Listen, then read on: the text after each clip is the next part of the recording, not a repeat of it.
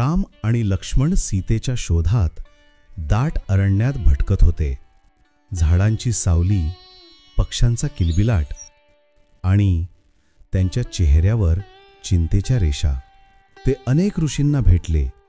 प्रत्येकाने एकच सांगितलं की वनात एक वृद्ध स्त्री आहे.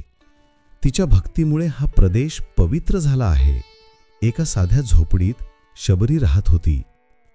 ती रोज पाणी भरत होती, फुलं लावत होती आणि मनात प्रार्थना करत होती की राम माझ्या दारी येतील. तिला तिच्या गुरूंचं वचन आठवलं की राम तुझ्या झोपडीत येतीलच. त्या वचनावरच तिनं आयुष्य काढलं. त्या दिवशी सकाळीच शबरीला जाणवलं की काहीतरी वेगळं आहे. झाडं अधिक हिरवी, फुलं अधिक सुगंधी, मन अधिक शांत. राम आणि लक्ष्मण झोपडीपाशी आले. शबरी आनंदाश्रूंनी चरणस्पर्श करत जमिनीवर कोसळली.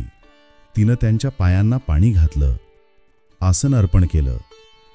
तिचं हृदय धडधडत होतं की माझं स्वप्न खरं झालं. शबरीने टोपलीतील बोर काढले. प्रत्येक बोर ती आधी स्वतः चाखत होती. गोड आहेत का हे बघूनच मगच रामाला अर्पण करत होती. राम प्रेमाने ते बोर खात होते. त्यांच्या चेहऱ्यावर आनंद होता की या बोरांत भक्तीचा अमृत आहे. लक्ष्मण थोडे संकोचले, पण रामाचा चेहरा पाहून त्यांना उमगलं की हे फक्त अन्न नाही, भक्तीचं प्रतीक आहे. शबरी नम्रतेने म्हणाली की प्रभू, माझ्याकडे सोनं हिरा नाही, पण माझं प्रेम आणि भक्ती मात्र तुमच्यासाठीच आहे. राम म्हणाले की शबरी, तुझ्या भक्तीमुळे हे स्थान पवित्र झालं आहे.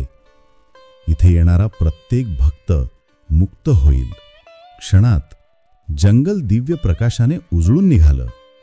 पक्षी गाऊ लागले, वारा मंद झाला आणि अरण्य त्या क्षणाला साक्षी राहिलं. रामदर्शनाने शबरी समाधी घेते. तिचा आत्मा प्रभूच्या चरणी विलीन होतं. राम आणि लक्ष्मण पुन्हा सीतेच्या शोधात निघाले, पण शबरीची भक्ती त्यांच्या मनात कायमची कोरली गेली.